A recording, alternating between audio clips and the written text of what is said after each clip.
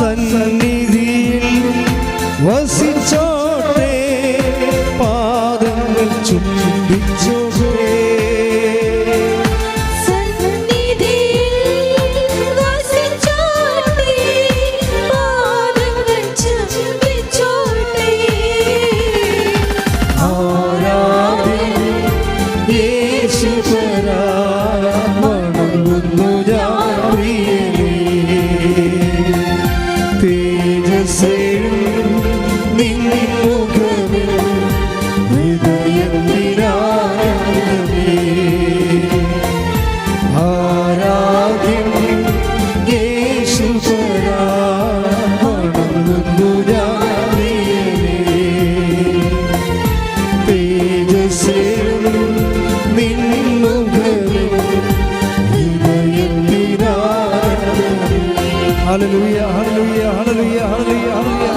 എൻ്റെ പ്രിയപ്പെട്ടവരെ, ഇന്നലെയും സാക്ഷ്യം പറഞ്ഞവരെ പറഞ്ഞ കാര്യം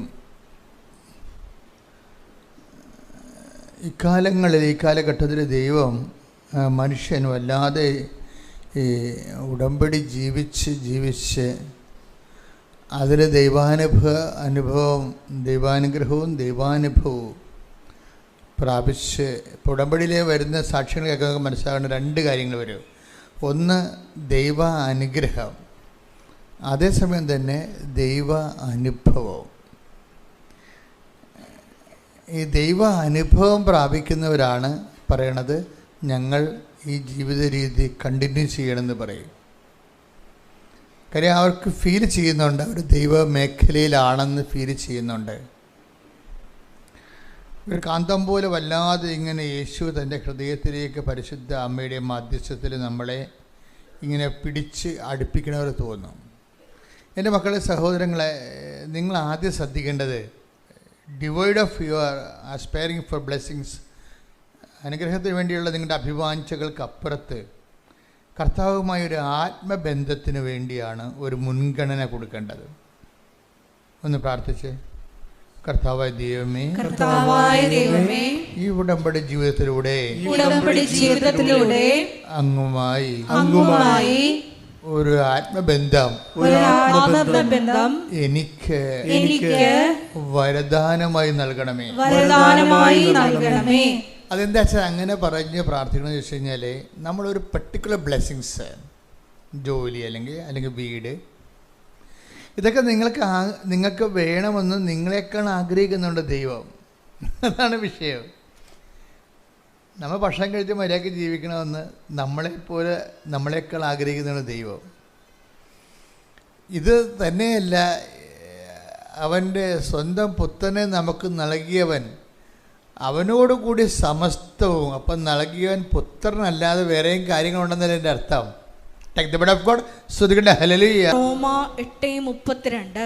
റോമാലേഖനം 8:32 സ്വപുത്രനെ പോലും ഒഴിവാക്കാതെ നമുക്കെല്ലാവർക്കും വേണ്ടി അവനെ ഏൽപ്പിച്ചു തന്നവൻ അവനോട് കൂടെ സമസ്തവും നമുക്ക് ദാനമായി നൽകാതിരിക്കുമോ?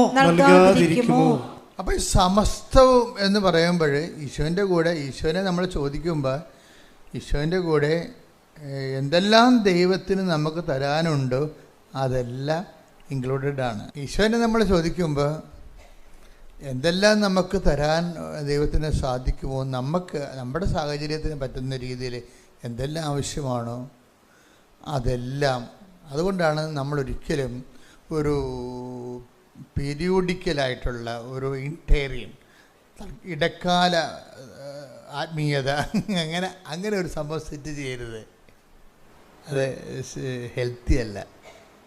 ഇടക്കാല ആത്മീയത എന്നല്ലേ? ഇടക്കാല ആത്മീയത എന്ന് പറയണത് തവളയെ വിഴുങ്ങിയ പാമ്പിനെ പോലെ ഇരിക്കും. എന്താ പ്രശ്നം? കുറച്ച് കാലത്തേക്ക് നമ്മളിങ്ങനെ ആധ്യാത്മികത മുഴച്ചിരിക്കും, പിന്നെയും പഴയതുപോലെ ഇരിക്കും. അങ്ങനെ വരരുത്. ദൈവത്തിന് തോന്നണം. ആദ്യമേ ഞാൻ നിങ്ങളെപ്പോഴും ഉടമ്പടി ധ്യാനം നടത്തുമ്പോൾ നമ്മൾ ഉടമ്പടി ചെയ്യണ ആരുമായിട്ടാണ്? ഈശോയുമായിട്ട് ഉടമ്പടി ചെയ്യണം, അല്ലേ? ഈശോയുമായിട്ട് ഉടമ്പടി ചെയ്യണം. ഇതിൻ്റെ പ്രയോക്താവ് ആരാണ്? പരിശുദ്ധ അമ്മയാണ്. അത് ഏത് പരിശുദ്ധ അമ്മ? കൃപാസ അൾത്താറെ ജീവനോടെ പ്രത്യക്ഷപ്പെട്ട പരിശുദ്ധ അമ്മ. അതാണ് വിഷയം. എന്താ കാര്യം? ആ പരിശുദ്ധ അമ്മ എന്താ പറഞ്ഞതെന്ന്? ദുരന്തം ഉണ്ടാകാൻ പോണ് പ്രാർത്ഥിക്കണം. അത് വല്ലാത്ത അർത്ഥങ്ങളാണ് അതിൻ്റെ അകത്തുള്ളത്. അത് ആത്മീയ ദുരന്തമാകാം, ഭൗതിക ദുരന്തങ്ങളാകാം, കുടുംബ ദുരന്തങ്ങളാകാം. ഈ ട്രാജഡി എന്തെല്ലാം തരത്തിൽ വരാം. ഇപ്പം തന്നെ ഈ ഇറ്റാലിയൻ ഭാഷയൊന്നും നമുക്ക് മനസ്സിലാകത്തില്ല. ഇറ്റാലിയൻ ഭാഷ ട്രാൻസ്ലേറ്റ് ചെയ്യാൻ പാടാണ്. കാരണം നമ്മുടെ ദ്രാവിഡ ഭാഷയിലേക്ക് ട്രാൻസ്ലേറ്റ് ചെയ്യുമ്പോൾ ഉണ്ടാകുന്നൊരു ദുരന്തമുണ്ട്. അതാണിപ്പോൾ മാതാവ് അനുഭവിച്ചുകൊണ്ടിരിക്കുന്നത്. ഇറ്റാലിയൻ ഭാഷയിൽ തിരുസഭ പറഞ്ഞു, മീഡിയാട്രിക്സ് എന്നുള്ള സംഭവം ഇനി നിങ്ങൾ ഉപയോഗിക്കരുതെന്ന് പറഞ്ഞു. മീഡിയാട്രിക്സ് എൻ്റെ മനസ്സിലിരിക്കണ എപ്പോഴും സഭ ഇത് നേരത്തെ പറയേണ്ടതായിരുന്നു എന്നുള്ളതാണ്. എത്രയും പറഞ്ഞിരുന്നെങ്കിൽ അത്രയും നമ്മൾ ശക്തരായിരുന്നേനെ. എന്താ കാര്യം വെച്ച് കഴിഞ്ഞാൽ ചില അണ്ണന്മാരെങ്കിലും ഈ രക്ഷ ലോകത്ത് സാധിച്ചത് ഈശോ മാത്രമാണെന്നാണ് തിരുസഭയുടെ അടിസ്ഥാന ബോധ്യവും ആദിമസഭയുടെ വിശ്വാസവും നമ്മളുടെ വിശ്വാസവും സഭയുടെ വിശ്വാസവും. ക്രിസ്തു സഭകളെല്ലാം അങ്ങനെയാണ്. അതാണ് അടിസ്ഥാനക്കല്ല്. അപ്പം ചില ആൾക്കാർ ഇതിൻ്റെ അകത്ത് ഒരു 10-80 ഞാൻ ഓർക്കുന്നുണ്ട്, 86-84 കാലഘട്ടങ്ങളിൽ മാതാവ് സഹരക്ഷകയാണെന്ന് പറഞ്ഞൊരു ഗ്രൂപ്പ്, ഈ ഗ്രൂപ്പാണ് പ്രശ്നം ഉണ്ടാക്കിയത്. ഇപ്പം മാതാവ് സഹരക്ഷകയാണെന്ന് പറഞ്ഞൊരു ഗ്രൂപ്പ് പഠിപ്പിക്കാൻ തുടങ്ങി. അവർ പഠിപ്പിക്കാൻ മാത്രമല്ല ചെയ്തത്, അവർ എല്ലാ വൈദികരെ കൊണ്ട് ഒപ്പിടിച്ച് വത്തിക്കാനിലേക്ക് കൊടുക്കാൻ മെമ്മോറാണ്ടം. ആ ചരിത്രം അറിയുമ്പോൾ മാത്രമേ ഇപ്പോഴത്തെ വിഷയത്തൊക്കെ എല്ലാ വൈദികരൊക്കെ ഉണ്ട്. ഞാനൊക്കെ പണ്ട് ഒപ്പിട്ട് കൊടുത്തതാണ്. അത് നിരുപദ്രവകരമായ ഒരു കാര്യമാണല്ലോ എന്ന് വിചാരിച്ചുകൊണ്ട് ഒപ്പിട്ടാണ്. പക്ഷേ അന്ന് എനിക്ക് അത്രയും തിയോളജിയെക്കുറിച്ച് ബോധ്യമില്ല. 84 അച്ഛനാടുമ്പോൾ പറ്റാണ് ഇത് പരിപാടി തുടങ്ങിയതെന്നാണ്. അക്കാലങ്ങളിൽ ഒപ്പിട്ട് കൊടുത്തതാണ്. എന്താണ്? മാതാവിന് പിന്നെ എന്താ സംഭവിച്ചിട്ടുണ്ട്? അവർ പറയുന്നതിനുള്ള മിസ്റ്റേക്ക് എന്താണെന്നറിയാമോ? അതായത് നമ്മൾക്ക് വേണ്ടി ക്രൂശിക്കപ്പെട്ടത് പരിശുദ്ധ അമ്മയല്ലല്ലോ. ആരാ ക്രൂശിക്കപ്പെട്ടത്? അതാണ്. അതായത് മനുഷ്യൻ്റെ പാപത്തിന് പരിഹാരമായിട്ട് സ്വന്തം ശരീരത്തിലെ പീഡനങ്ങൾ അനുഭവിച്ച് ബലിദാനമായത് മനുഷ്യൻ ചെയ്ത പാപത്തിന് പരിഹാരമായി ദൈവം തന്നെ. ഇപ്പം ചില ആൾക്കാരൊക്കെ ഇരുന്ന് പറയും, ഇപ്പം ടി വിയിലൊക്കെ നമുക്ക് കേൾക്കാമല്ലേ, ഒത്തിരി പേര് അക്കാലങ്ങളിൽ ക്രൂശിക്കപ്പെട്ടെന്ന് പറയാം. ഒത്തിരി പേര് റോമാക്കാരുടെ ഒരു പ്രത്യേകമായ ഒരു ശിക്ഷാരീതിയാണ് കുരിശുമരണം. ക്രിസ്തു മാത്രമല്ല ക്രൂശിക്കപ്പെട്ടതെന്ന് ചില ആൾക്കാർ. അതെന്താ ലോകവിവരക്കേടാ, എന്താ പറയുക, അത് ചരിത്രപരമായിട്ട് ശരിയാണ്. പക്ഷേ ക്രിസ്തുവിൻ്റെ പ്രത്യേകത എന്താണ്? ക്രിസ്തുവിൻ്റെ പ്രത്യേകത, ക്രിസ്തു എങ്ങനെയാണ് മധ്യസ്ഥനാകണത്? ക്രിസ്തു ഒരേ സമയം ഇപ്പം മനുഷ്യൻ ചെയ്ത പാപത്തിന് ആരോടാണ് ചെയ്തിരിക്കുന്നത്? എപ്പോഴും ഞാൻ നിങ്ങളോട് പറയും, ദൈവത്തോടാണ് ചെയ്തിരിക്കുന്നത്, അല്ലേ? ദൈവിക പദ്ധതികളോട് സഹകരിക്കാതിരിക്കുന്നതാണ് പാപമെന്ന് പറയണത്. അത് ഫിഗറേറ്റീവായിട്ടാണ്, സിംബോളിക്കലായിട്ട് ബൈബിൾ അവതരിപ്പിക്കുന്നത്. ദൈവികമായ വചനങ്ങളോട് അനുസരണക്കേട് ദൈവവചനത്തോട് കാട്ടുന്ന അനുസരണക്കേടാണ് പാപമെന്ന് പറയുന്നത്. അതിന് ദൈവകൽപ്പനയുടെ ലംഘനമെന്ന് യോഹന്നാൻ പറയും. Take the word of God. പാപം നിയമലംഘനമാണ്. ശ്രുതികട ഹല്ലേലൂയ. 1 യോഹന്നാൻ 3:4. 1 യോഹന്നാൻ 3:4 പാപം ചെയ്യുന്നവൻ നിയമം ലംഘിക്കുന്നു. പാപം നിയമലംഘനമാണ്. അപ്പം എന്താണ് പാപം എന്ന്? ഓക്കെയാണത്. എന്താണ് അതിൻ്റെ സംഭവം?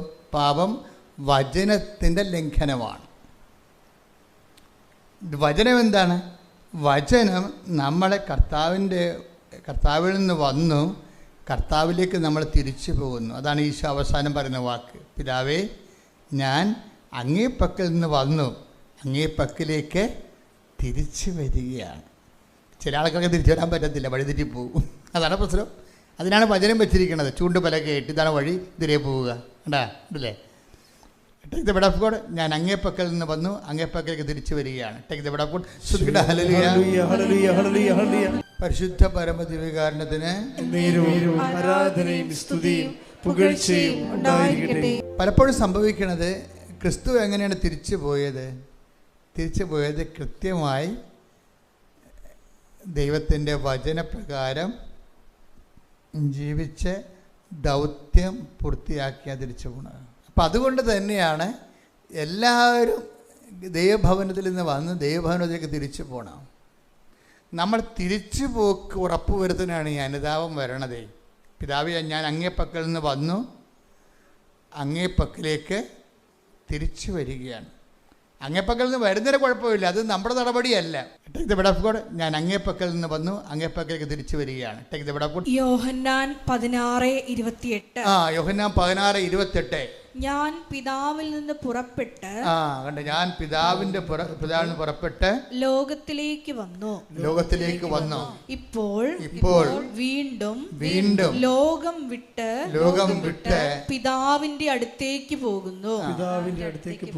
ഇതാണ് സംഭവം. എത്ര? യോഹന്നാൻ 16:28. അപ്പൊ എന്താ വിഷയം? പിതാവ് ഞാൻ അങ്ങേ പക്കൽ നിന്ന് വന്നു അങ്ങേ പക്കലേക്ക് തിരിച്ചു വരികയാണ്. എന്താ പ്രശ്നം? അങ്ങേ പക്കൽ നിന്ന് വന്നു എന്ന് പറയണത് നമ്മൾ ആരെങ്കിലും മെമ്മോറാണ്ടം കൊടുത്തിട്ട് വന്നതാണോ? പിതാവിന് അങ്ങേ പക്കൽ നിന്ന് വന്ന് നമ്മൾ അങ്ങേ പക്കൽ നിന്ന് തന്നെ വന്നിരിക്കണത്. നമ്മൾ ആരെങ്കിലും അപേക്ഷ കൊടുത്തിട്ട് വന്നതാണോ? അല്ല, അത് ദൈവത്തിൻ്റെ നടപടിക്രമമാണ്, ദൈവത്തിൻ്റെ സ്നേഹത്തിൻ്റെ പ്രവൃത്തിയാണ്. നമുക്ക് ഈ ഭൂമിയിൽ ഒരു ജന്മം നൽകിയതും അതിലൂടെ കർത്താവിനെ അറിഞ്ഞ് ജീവിക്കാനും ഈ ഭൂമിയിൽ ദൈവത്തെ മഹത്വപ്പെടുത്തി മുന്നേറുവാനും ദൈവത്തിൻ്റെ കൃപയിൽ ഇത് പര്യവസാനിപ്പിക്കാനും ദൈവം നമുക്ക് നൽകുന്ന ഒരവസരമാണ്. ഇനി പ്രോബ്ലം വന്നിരിക്കുന്നത് എങ്ങനെയാണ്? ദൈവത്തിൻ്റെ അടുക്കിലേക്ക് വന്നുവെന്നുള്ളത് ദൈവത്തിൻ്റെ പ്രവൃത്തിയാണ്, അല്ലേ? അതിന് ഈ ജീവിതകാലം മുഴുവൻ നമ്മൾ നന്ദി പറയണം. പിന്നെ എന്താണ്? അങ്ങേ പക്കലേക്ക് തിരിച്ചു വരികയാണ്. അപ്പോഴാണ് പ്രശ്നം. ബ്രീഡിയ അങ്ങേ പക്കലേക്ക് തിരിച്ചു വരണത് ദൈവത്തിൻ്റെ പ്രവൃത്തിയല്ല. ഒരു കാന്തവും വെച്ചിട്ടില്ല നിന്നെ അങ്ങോട്ട് വലിച്ചെടുക്കാൻ വേണ്ടി. പക്ഷെ വഴികൾ പറഞ്ഞു തന്നിട്ടുണ്ട് എങ്ങനെ വരണമെന്ന്, തിരിച്ചു വരണമെന്ന്. അതിനാണ് വചനം തന്നിരിക്കുന്നത്. നീ ഇടത്തോട്ട് വലത്തോട്ട് തിരിയാനുള്ള സാധ്യതയുണ്ട്. അത് ഇതൊക്കെ കണ്ടിട്ടേ വഴിതെറ്റി പോകാൻ സാധ്യതയുണ്ട്. പച്ചപ്പ് കാണുമ്പോഴേ ആടങ്ങാട്ടി ഇങ്ങോട്ട് തെറ്റിയല്ല. അപ്പോൾ പിന്നിൽ നിന്ന് പറഞ്ഞു ഹേ എന്ന് സ്വരം കേൾക്കും. ഇതാണ് വഴി. യെശയ്യാ 30:21. യെശയ്യാ 30:21. നീ വലത്തോട്ടോ ഇടത്തോട്ടോ തിരിയുമ്പോൾ, തിരിച്ചു പോക്കിൻ്റെ ജീവിതത്തിലെ തീർത്ഥയാത്ര, സ്വർഗീയ ജെറുസലേമിലേക്കുള്ള യാത്രയിൽ നീ ഇടത്തോട്ട് വലത്തോട്ട് തിരിയാൻ സാധ്യതയുണ്ട്. അപ്പോഴ് നിന്റെ കാതുകൾ പിന്നിൽ നിന്ന് ഒരു സ്വരം ശ്രവിക്കും. അപ്പൊ വചനമാണത്. ഇതാണ് വഴി, ഇതിലേ പോവുക. അപ്പൊ ചില പ്രശ്നമുണ്ട്. അപ്പൊ ചിലർ പറയും ആ വഴി എനിക്ക് വേണ്ട, എനിക്ക് വേറെ എൻ്റെ വഴിയെന്ന് പറയും. എനിക്ക് എൻ്റെ വഴി. നോട്ട് ഡബിൾ ചെയ്യണമെങ്കിൽ അതൊരു വഴി. 10 പൈസ പെട്ടെന്ന് ഉണ്ടാക്കാൻ പറ്റിയ പരിപാടിയാണ് നോട്ട് ഇരട്ടിപ്പിക്കൽ. ടാക്സ് വെട്ടിക്കണമെങ്കിൽ അത് വഴി. എനിക്കൊരു വലിയ വീട് വെക്കണം, ബ്രാൻഡഡ് കാറ് വാങ്ങിക്കണം. അപ്പോൾ ഇടത്തോട്ടും വലത്തോട്ടും തിരിയാൻ നമുക്ക്. ദൈവത്തിനെ മറന്ന് സമൂഹത്തിനെ സർക്കാരിനെ വഞ്ചിച്ച് നമുക്ക് ജീവിക്കാൻ പറ്റും. അപ്പോൾ നീ ഇടത്തോട്ടോ വലത്തോട്ടോ തിരിയുമ്പോൾ ജീവിച്ച് കല്യാണം കഴിച്ച് മാന്യമായിട്ട് ജീവിക്കുന്ന പെണ്ണിനെ വേറൊരു പെണ്ണിനെ കണ്ടപ്പോൾ അതിൻ്റെ തോളെ കൈയിട്ടുകൊണ്ട് നിന്റെ രണ്ട് പ്രസവിച്ച് നിന്റെ കുഞ്ഞിനെ വളർത്തുന്ന ഭാര്യയെ നീ രഹസ്യത്തിൽ ഉപേക്ഷിക്കുക. എന്നിട്ട് ആ പെണ്ണിൻ്റെ കൂടെ അതൊക്കെ പോകാം. ഇടത്തോട്ടോ വലത്തോട്ട് തിരിയാൻ സാധ്യതയുണ്ട്. 10%, 8% പലിശ വാങ്ങിക്കുന്ന ആൾക്കാരില്ലേ, അവരിടത്തോട്ടോ വലത്തോട്ട് തിരിയുകയാണ്. നീ ഇടത്തോട്ടോ വലത്തോട്ട് തിരിയുമ്പോൾ പിന്നിൽ നിന്ന് ദൈവം ഒരു വഴി തരും. അവിടെ വിഷയം എവിടെയെങ്കിലും തെറ്റിപ്പോയിട്ടുണ്ടെങ്കിൽ, അതായത് നിങ്ങൾ ദൈവ അനുഗ്രഹവും അനുതാപത്തിൽ അധിഷ്ഠിതമാണ്. എപ്പോഴും നമ്മൾ ശ്രദ്ധിക്കേണ്ട ഇതാണ്. ദൈവ അനുഗ്രഹം, പ്രത്യേകിച്ച് ഉടമ്പടിയുടെ അനുഗ്രഹങ്ങൾ അനുതാപത്തിൽ അധിഷ്ഠിതമാണ്. അപ്പോൾ നിങ്ങൾക്ക് ഫസ്റ്റ് ഇൻസ്റ്റാൾമെൻറ്റ് തരുന്നതിന് ദൈവത്തിന് യാതൊരു ബുദ്ധിമുട്ടുമില്ല. കാരണം നീ ദൈവത്തിൻ്റെ മകളാണ്. കയ്യിരിപ്പ് മോശമാണെങ്കിലും ദൈവത്തിൻ്റെ മകളാണ്, ദൈവത്തിൻ്റെ മകനാണ്. അതുകൊണ്ട് നീ ഒരു ചെളി പൂണ്ട് ചാകാൻ പോവുകയാണെന്നുണ്ടെങ്കിൽ നിന്നെ പിടിച്ചു കയറ്റുന്നതിൽ ദൈവത്തിന് യാതൊരു ബുദ്ധിമുട്ടുമില്ല. പിന്നെയും ചാടി ചെള്ളയെ വീണ് കഴിഞ്ഞാൽ പിന്നെ നിന്റെ സ്ഥിരം കലാപരിപാടിയായി കഴിഞ്ഞാൽ ദൈവത്തിന് അതിൻ്റെ അകത്ത് പങ്കാളിത്തമില്ല. എപ്പോഴും മനസ്സിലാക്കണം. അതുകൊണ്ട് ഈ അനുതാപം എന്ന് പറയുന്നതിൻ്റെ വിഷയം മനസ്താപരണമാണ് അഡ്രസ്സ് ചെയ്യണത്. മേലിൽ പാപം ചെയ്യുകയില്ലെന്നും അതാണ് വിഷയം. ആ ടൈപ്പ് സാധനം വീണ്ടും എടുക്കരുത്. ഇതുകൊണ്ടാണ് നമ്മൾ പറയണത് പാപങ്ങളിൽ ചെന്ന് ചാടരുത്. നമ്മൾ അറിഞ്ഞുകൊണ്ട്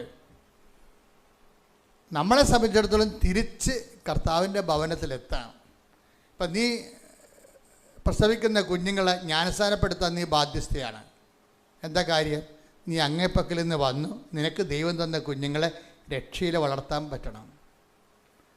അതിനെ വളർത്താൻ പറ്റാതെ ഒരുത്തനെ കണ്ടപ്പോൾ നിനക്ക് മനസ്സിൽ പൂതി തോന്നി അവൻ്റെ കൂടെ ചാടി ഓടിപ്പോയി കഴിഞ്ഞാൽ പിന്നെ മിസ്റ്റേക്കാവും. അതുകൊണ്ട് ആണ് എപ്പോഴും നമ്മൾ ശ്രദ്ധിക്കേണ്ടത്. അതായത് ഒരരിശത്തിന് അറ്റിച്ചാടിയ പല അരിശ അവിടെ എടുത്തു കഴിഞ്ഞാൽ പോകാൻ പക്ഷേ ബുദ്ധിമുണ്ട്. അപ്പം നിങ്ങളുടെ ചെറുപ്പകാലത്ത് കാണിക്കുന്ന ദൈവത്തെ മറന്നുള്ള ജീവിതത്തിനെ എന്നിട്ട് ഈ പിന്നെ അങ്ങനെ കുഞ്ഞുങ്ങളെ പെറ്റ് കിട്ടിക്കഴിഞ്ഞാൽ പിന്നെ നിങ്ങൾ മരണം വരെ നിങ്ങളുടെ പ്രാർത്ഥന എന്താണ്? ആ കുഞ്ഞുങ്ങളെ കർത്താവിൻ്റെ നാമത്തിൽ സ്നാനപ്പെടുത്തുന്നവരെ നിങ്ങൾ കണ്ണുനീരോടെ ദൈവദർശനം നിൽക്കണം. വിശുദ്ധിയോടെ നിങ്ങൾ ജീവിക്കണം. വിശുദ്ധിയോടെ നിൻ്റെ ജീവിത പങ്കാളിയെ ദൈവത്തിന് സമർപ്പിച്ചുകൊണ്ട് തന്നെ നിനക്ക് നിൻ്റെ രീതി വിശുദ്ധിയോടെ ജീവിക്കാൻ കഴിയും. ഇപ്പം അഗസ്റ്റിൻ്റെയൊക്കെ അപ്പനെന്ന് പറയണത്, സെൻ്റ് അഗസ്റ്റിൻ്റെയൊക്കെ അപ്പനെന്ന് പറയണത് കത്തോലിക്കനല്ലായിരുന്നു, ശരിക്കും പറഞ്ഞാൽ ക്രിസ്ത്യാനി അല്ലായിരുന്നു. അവരുടെ കൂടെ മോനിക്ക പുണ്യാളത്തിൽ ജീവിച്ച് വിശുദ്ധയായിട്ടുണ്ട്. അപ്പോൾ സഭയിൽ പുതിയ കാര്യങ്ങളൊന്നും അല്ല ഇത്. മനുഷ്യനുണ്ടാകുന്ന കാര്യങ്ങളെല്ലാം ഇതുപോലെ അവറേഷൻസ് ഉണ്ടാവും. പക്ഷെ നമുക്കൊരു മനസ്സാക്ഷിയുണ്ട്. എന്താണ്? തിരിച്ച് പിതാവിൻ്റെ അടുത്തേക്ക് എത്തണം. നമ്മൾ ജനിപ്പിക്കുന്ന കുഞ്ഞ് കർത്താവിനെ അറിയണം. അങ്ങനെയാണ് അഗസ്റ്റിൻ എല്ലാ മോശകരമായ ജീവിതത്തിൽ നിന്ന് തിരിച്ചു വന്നിട്ട് കർത്താവിനെ അറിഞ്ഞ് ആ മനുഷ്യൻ അവസാനം വിശ്വാസം സ്വീകരിച്ച് വൈദികനായി, മെത്രാനായി, വിശുദ്ധനായി, പണ്ഡിതനായി. കണ്ടാ, ഇപ്പോൾ ഒന്നും അസാധ്യമല്ല. ഒരു അമ്മ വിചാരിച്ചത് കൊണ്ടാണ്.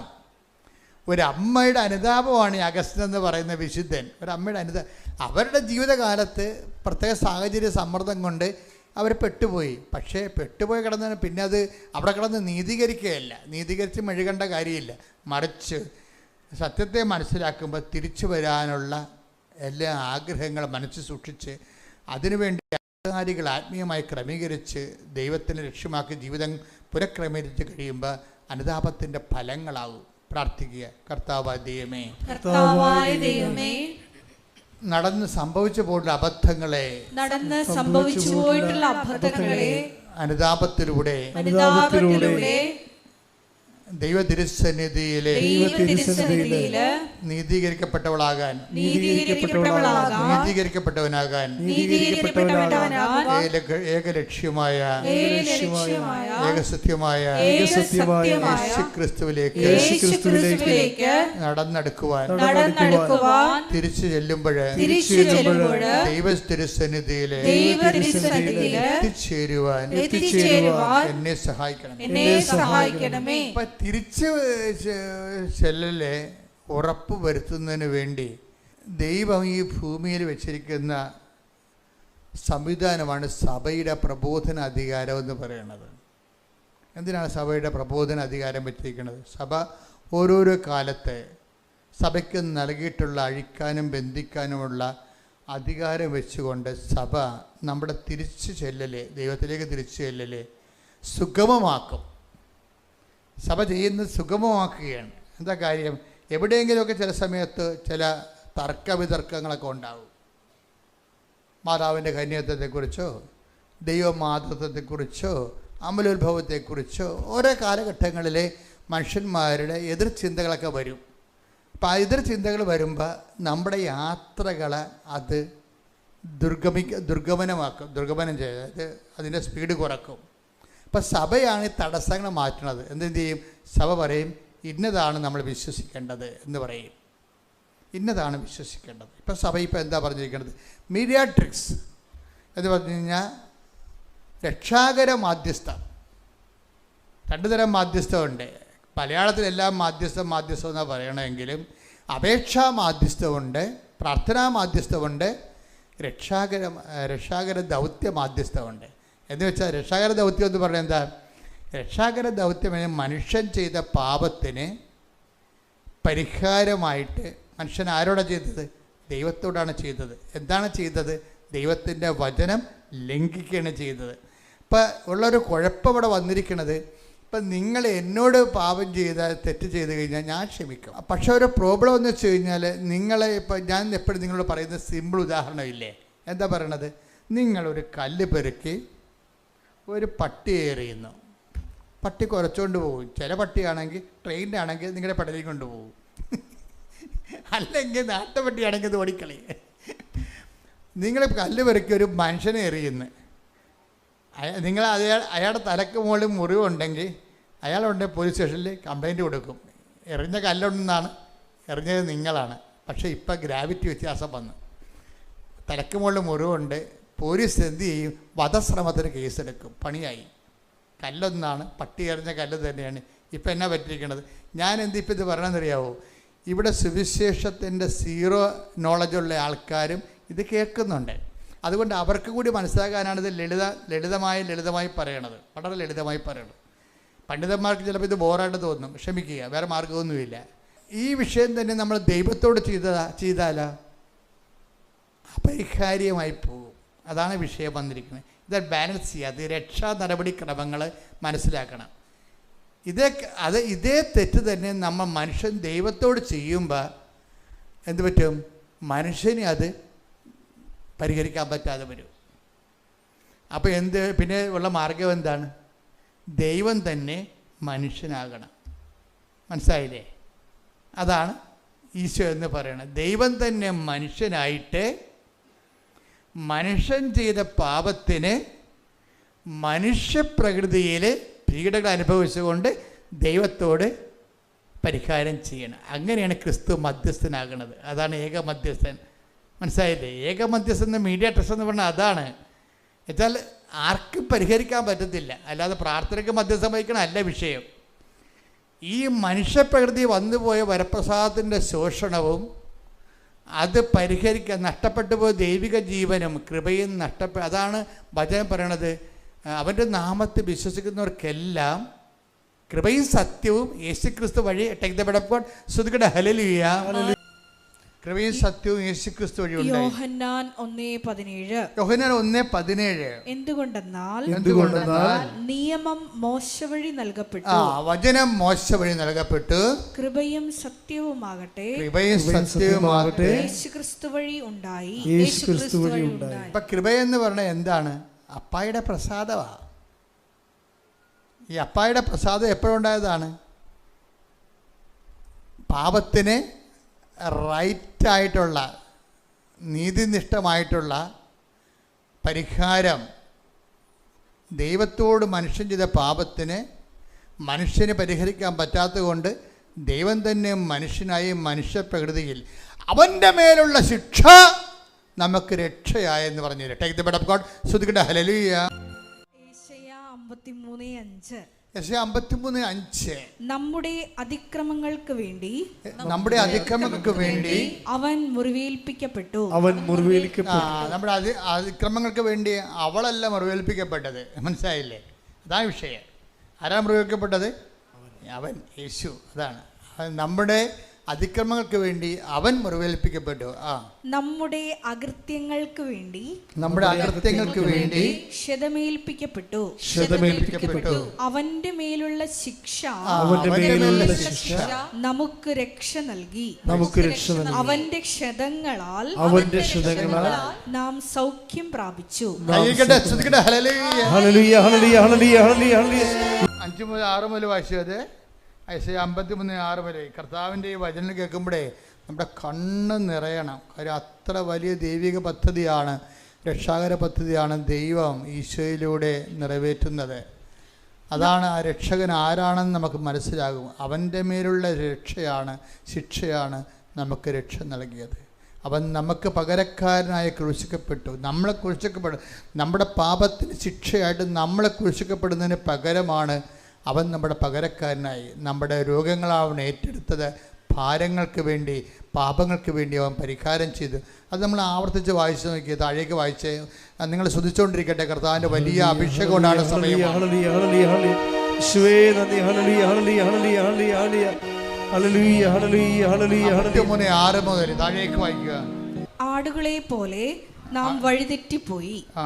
ആടുകളെ പോലെ, ഞാൻ പറഞ്ഞില്ലേ നിങ്ങൾ ഇടത്തോട്ട് വലത്തോട്ട് തിരിയുമെന്ന്. അപ്പം ആടുകളല്ലേ ഇടത്തോട്ടും വലത്തോട്ടും തിരിയണത്. ഓരോരോ പച്ചപ്പ് കണ്ടും കടിച്ചു തിന്നാൻ വേണ്ടി അങ്ങോട്ട് അവരവരുടെ താല്പര്യ ഇംഗിതങ്ങൾക്ക് വേണ്ടി അങ്ങോട്ടും ഇങ്ങോട്ടും തിരിഞ്ഞ് ദൈവത്തിൻ്റെ കൽപ്പാദങ്ങളും വചനങ്ങളും ദൈവത്തിൻ്റെ പാതകളും നമ്മൾ അപഭ്രംശം സംഭവിച്ചു. അതാണ് ആടുകളെ പോലെ നാം ഓരോരുത്തരും സ്വന്തം വഴിക്ക് പോയി നമ്മുടെ അകൃത്യങ്ങൾ കർത്താവ് അവന്റെ മേൽ ചുമത്തി. കാര്യം നമ്മളെ അകൃത്യങ്ങൾ നമ്മുടെ മേൽ ചുമത്തിയിട്ട് കാര്യമില്ല. എന്താ പറയുന്നത്? കാര്യം നമ്മൾ ചെയ്തിരിക്കുന്നത് ആരോടാണ്? ദൈവത്തോടായത് കാരണം നമുക്കത് പരിഹരിക്കാൻ പറ്റത്തില്ല. അതാണ് ഞാൻ പറഞ്ഞതിൻ്റെ കാരണം, അതാണ് ഞാൻ ഉദ്ദേശിച്ചത്. കാര്യം നമ്മൾ ഒരു മൃഗത്തെ എറിയണതും ഒരു ഡിഗ്നിറ്ററിയനെ എറിയണതും തമ്മിൽ വ്യത്യാസമുണ്ട്. അത് പരിഹരിക്കാൻ പറ്റത്തില്ല, ശിക്ഷ അപാരമായിരിക്കും. അതുകൊണ്ട് പാപം നിയമലംഘനമാണെന്ന് പറയുമ്പോൾ പാപം വചന ലംഘനമാണെന്ന് പറയുന്നത് എന്തുകൊണ്ടാണ്? പാപമാകുന്നത് തിരിച്ച് എത്താൻ നമ്മളെ തടസ്സപ്പെടും. അതാണ് വിഷയം. പിതാവ് ഞാൻ അങ്ങേപ്പക്കൽ നിന്ന് വന്നു, അങ്ങേപ്പക്കലേക്ക് തിരിച്ച് എത്താൻ പറ്റുന്നതിന് ദൈവം നമുക്ക് കറക്റ്റായിട്ടുള്ള വഴികൾ, വചനത്തിൻ്റെ വിളക്കുകളും വെച്ചിട്ടുണ്ട്. അതെല്ലാം മനസ്സിലാക്കിയിട്ട് പോലും നമ്മൾ അംഗീകരിക്കാതെ നമ്മുടെ സ്വന്തം വഴികൾക്ക് പോയി. ഈ സ്വന്തം, അതാണ് വായിച്ചമാർക്ക് ആടുകളെ പോലെ നാം വഴിതെറ്റിപ്പോയി. നാം ഓരോരുത്തരും സ്വന്തം വഴിക്ക് പോയി. നമ്മുടെ അകൃത്യങ്ങൾ കർത്താവ് അവന്റെ മേൽ ചുമത്തി. അവൻ്റെ മേൽ, അവളുടെ മേലല്ല ചുമത്തിയത്, അവൻ്റെ. അതാണ് ദൈവികമായ പദ്ധതിയാണ്. മനുഷ്യൻ ചെയ്ത പാപത്തിൻ്റെ പരിഹാരമായിട്ട് യേശു മനുഷ്യൻ്റെ പ്രകൃതി സ്വീകരിച്ചുകൊണ്ട് ആ പ്രകൃതിയിൽ ശിക്ഷ വാങ്ങിച്ചുകൊണ്ട് അതാണ് ദൈവത്തോട് സമാനതയുള്ളയാൾ അത് പരിഗണിക്കാതെ ദാസനായി മരണത്തോളം കുരിശു മരണത്തോളം തന്നെ താഴ്ത്തിയെന്ന് പൗലോസ് പറഞ്ഞ അങ്ങനെയാണ്. ക്രിസ്തുവിലൂടെ എടുത്ത രക്ഷ, ആ രക്ഷയ്ക്ക് വേണ്ടി എടുത്ത മനുഷ്യാവതാര രക്ഷാകരമായ പ്രക്രിയകളെ അതാണ് ദുഃഖ വെള്ളിയാഴ്ചകളൊക്കെ നമ്മൾ ആചരിക്കുകയും ആരാധിക്കുകയൊക്കെ ചെയ്യണത്. അപ്പം അതാണ് ആരാധന എന്ന് പറയണത്. അത് ദൈവികമായ ദൈവത്തിൻ്റെ തനി സാന്നിധ്യത്തിനാണ് നമ്മൾ ആരാധന കൊടുക്കുന്നത്. ലാട്രിയ എന്നൊക്കെ പറയും, അത് ദൈവശാസ്ത്ര ഭാഷയാണ്. പരിശുദ്ധ അമ്മയ്ക്ക് നമ്മൾ കൊടുക്കുന്ന ഹൈപ്പർധൂളിയ എന്ന് വെച്ച് കഴിഞ്ഞാൽ അതിതീഷ്ണ വണക്കം. അത് ആർക്കും കൊടുക്കണില്ല. മിസ്റ്റർ സെബസ്ത്യാനോസിനോ ഔസേപ്പിതാവിന് പോലും കൊടുക്കണില്ല. പരിശുദ്ധ അമ്മയ്ക്ക് സഭ കൊടുക്കുന്നത് ഹൈപ്പർധൂലിയ എന്ന് വെച്ചാൽ ഈശോ കഴിഞ്ഞാൽ പിന്നെയുള്ള ഏറ്റവും വലിയ ആരാധനയല്ല, അതിതീഷ്ണ വണക്കം. കൃപാസനത്തിൽ എന്തെല്ലാം തരത്തിലും മാതാവിനെ അതിതീഷ്ണമായി വണങ്ങണത് ദൈവഹിതവാൻ. അതുകൊണ്ട് നമ്മളെന്ത് ചെയ്യും? മാതാവിൻ്റെ തിരുസ്വരൂപം വഹിച്ചുകൊണ്ട് കിലോമീറ്റർ വെയിലത്തൂടെ പോകും. അതിതീഷ്ണ വണക്കം. എങ്ങനെ പിന്നെ? അതല്ലേ മഴവില്ലുമായി അമ്മ നമ്മുടെ കൂടെ വരണത്. നിങ്ങൾ കണ്ടില്ലേ റാലിക്ക് മഴവില്ല് തെളിഞ്ഞത്? എവിടെയെല്ലാം ഉടമ്പടിയുണ്ടോ അവിടെയെല്ലാം ആ മഴവില്ലിൻ്റെ അടയാളങ്ങൾ.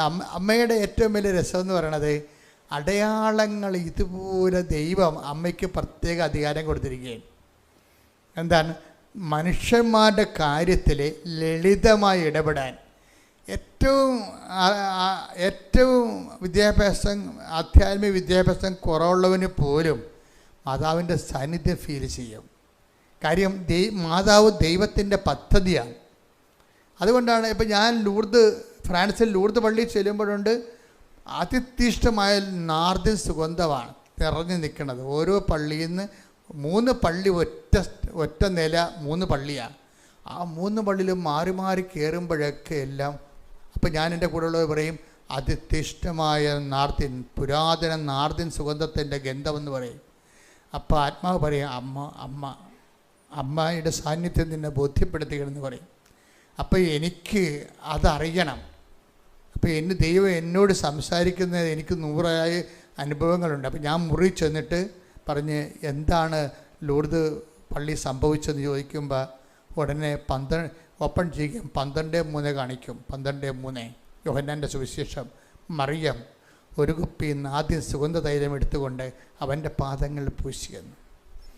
അപ്പം ഇങ്ങനെ സ്വകാര്യ ബോധ്യങ്ങൾ കിട്ടുന്ന ഒരു 10,000-കണക്കിന് അനുഭവങ്ങളുടെ ആകത്തുകയാണ് ശരിക്കും പറഞ്ഞാൽ എന്നെ പലപ്പോഴും നിങ്ങളെ ദൈവം നിങ്ങളുടെ പക്ഷത്താണ്, നിങ്ങളുടെ ഈ കണ്ണീരിൻ്റെ കാലത്ത് അമ്മ നിങ്ങളുടെ കൂടെ വരും എന്ന് നിങ്ങളെ ഞാൻ ഉത്ബോധിപ്പിക്കുന്നത് ഈ സ്വകാര്യ അനുഭവങ്ങൾ മാത്രമല്ല. കാനായിലെ കല്യാണത്തിലെ അമ്മയെ എടുത്ത് മാറ്റിക്കഴിഞ്ഞാൽ ആ കുടുംബം എന്തു ചെയ്യും? വായ്പ മേടിച്ച് ആ കാര്യം അഡ്ജസ്റ്റ് ചെയ്യും, അല്ലെങ്കിൽ നാണം കെട്ട് പിരിയും. വേറെ ഒന്നും സംഭവിക്കണേ നിങ്ങൾക്കറിയാമല്ലോ. അതിൻ്റെ വിഷയം അറിയാം. കാനായിലെ കല്യാണത്തിൽ നിന്ന് ആ കല്യാണ വീട്ടിൽ നിന്ന് അമ്മയെ എടുത്ത് മാറ്റിക്കഴിഞ്ഞാൽ എന്ത് സംഭവിക്കും? ആ കുടുംബം നാണം കെട്ട് പിരിയും. എന്താ കാര്യം? ഒന്നാമത്തിൽ ഇങ്ങനെ ഭൗതികമായ ഒരു മനുഷ്യൻ്റെ വൈകാരിക പ്രശ്നങ്ങൾ കർത്താവിൻ്റെ പ്രൈമറി റെഫറൻസിലില്ല. കാര്യം എന്താണ്? ഞാൻ വന്നിരിക്കുന്നത് വെള്ളം വീഞ്ഞാക്കാനല്ല, ഞാൻ വന്നിരിക്കുന്നത് അവർക്ക് ജീവനുണ്ടാകാനും അതാണ് വിഷയം. ആ കൃപയുടെ മധ്യസ്ഥനാണ് ഈശോ.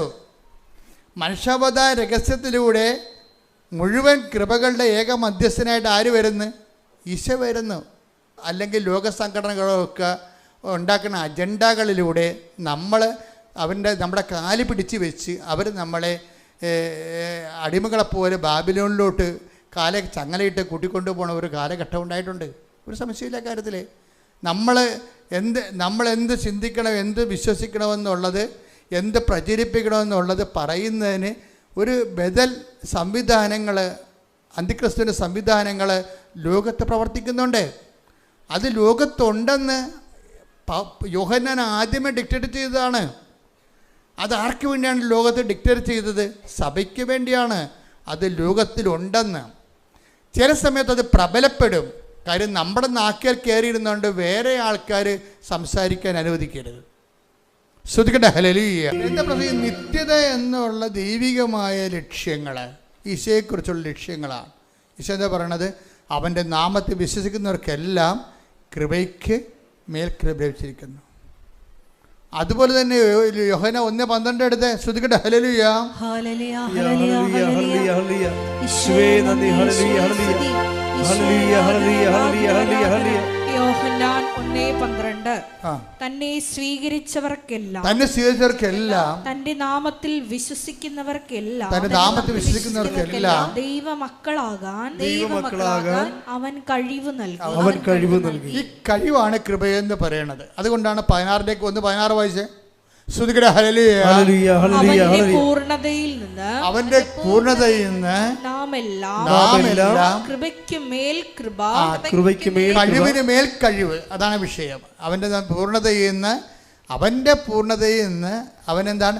അവൻ പാപത്തിന് പരിഹാരമായി, പാപത്തിന് സ്വന്തം ശരീരത്തിൽ ശിക്ഷ വാങ്ങിച്ച് മനുഷ്യൻ ദൈവത്തോട് ചെയ്ത പാപത്തിന് പരിഹാരം ചെയ്യാൻ മനുഷ്യന് കഴിയാതെ വന്നതുകൊണ്ട്, മനുഷ്യൻ അതിന് കോമ്പറ്റൻ്റ് ആയിട്ടുള്ള ഒരു പാർട്ട്ണർ അല്ലാത്തത് കൊണ്ടും ദൈവം തന്നെ യേശുക്രിസ്തുവിൽ മനുഷ്യാവതാരം സ്വീകരിക്കുമ്പോഴാണ് അവൻ ഏക മധ്യസ്ഥനായി മാറുന്നത്. അവൻ ആ മനുഷ്യാവതാരത്തിലൂടെയും അവൻ്റെ പാപത്തിന് പരിഹാരമായി അവൻ ഏറ്റെടുത്ത പീഡാസഹനങ്ങളിലൂടെയും അവൻ നേടിയെടുത്ത വരപ്രസാദത്തിൻ്റെ പൂർണ്ണത എന്നാണ് പറയണത്. അതാണ് അവൻ്റെ പൂർണ്ണതയിൽ നിന്ന് നാം എല്ലാം കൃപയ്ക്ക് മേൽ കൃപ സ്വീകരിച്ചിരിക്കുന്നു. അവൻ്റെ പൂർണ്ണതയിൽ നിന്ന് നാം എല്ലാം കൃപയ്ക്ക് മേൽ കൃപ സ്വീകരിക്കുമ്പോൾ കൃപാവരങ്ങളുടെ പൂർണ്ണത ആരാണ്? അവനാണ്. കൈയടിക്കട്ടെ, ശ്രദ്ധിക്കട്ടെ. ഹല്ലേലൂയ. കൃപാവരങ്ങളുടെ പൂർണ്ണതയാണ്. അവൻ കൃപയുടെ ഒരു സമുദ്രമാണ്, അതിൻ്റെ കൃപയുടെ ഒരു തടാകമാണ്. ഈ കൃപയുടെ തടാകങ്ങളിൽ നിന്നാണ് പിന്നെ വലിയ നദികൾ വരണത്. അതിന് ഏറ്റവും വലിയ നദി ആരാണ്? പരിശുദ്ധ അമ്മയാണ്. കൃപയുടെ തടാകം ആരാണ്? പാപത്തിന് പരിഹാരം ചെയ്തതും പിതാവിൻ്റെ മനസ്സിനെ പ്രസാദിപ്പിക്കുമ്പോഴാണ് പ്രസാദം കൃപയുണ്ടാകണത്. പിതാവിൻ്റെ മനസ്സിനെ പ്രസാദിപ്പിക്കുക. 18:12 എടുത്ത് 12:18 മത്തായിയുടെ സുവിശേഷം. ശ്രദ്ധിക്കട്ടെ. ഹല്ലേലൂയ ഹല്ലേലൂയ ഹല്ലേലൂയ ഹല്ലേലൂയ. യേശുവേ നന്ദി. ഹല്ലേലൂയ ഹല്ലേലൂയ ഹല്ലേലൂയ. യേശുവേ ആരാധന ആരാധന ആരാധന. യേശുവേ നന്ദി മഹത്വം. മത്തായി 12:18. മത്തായി 12:18. ഇതാ ഞാൻ തിരഞ്ഞെടുത്ത എൻ്റെ ദാസൻ. അതാണ് വിഷയം. ദാസൻ, ദാസിയല്ല. ഇതാ ഞാൻ ഈ വിഷയത്തിന് വേണ്ടി ദൈവപിതാവ് ഒരാളെ മാത്രമേ തിരഞ്ഞെടുത്തുള്ളൂ. അതാണ് ഏക രക്ഷകനെന്ന് പറയണത്. നമ്മൾ പല രക്ഷകന്മാരെ തിരഞ്ഞെടുത്തിട്ടില്ല.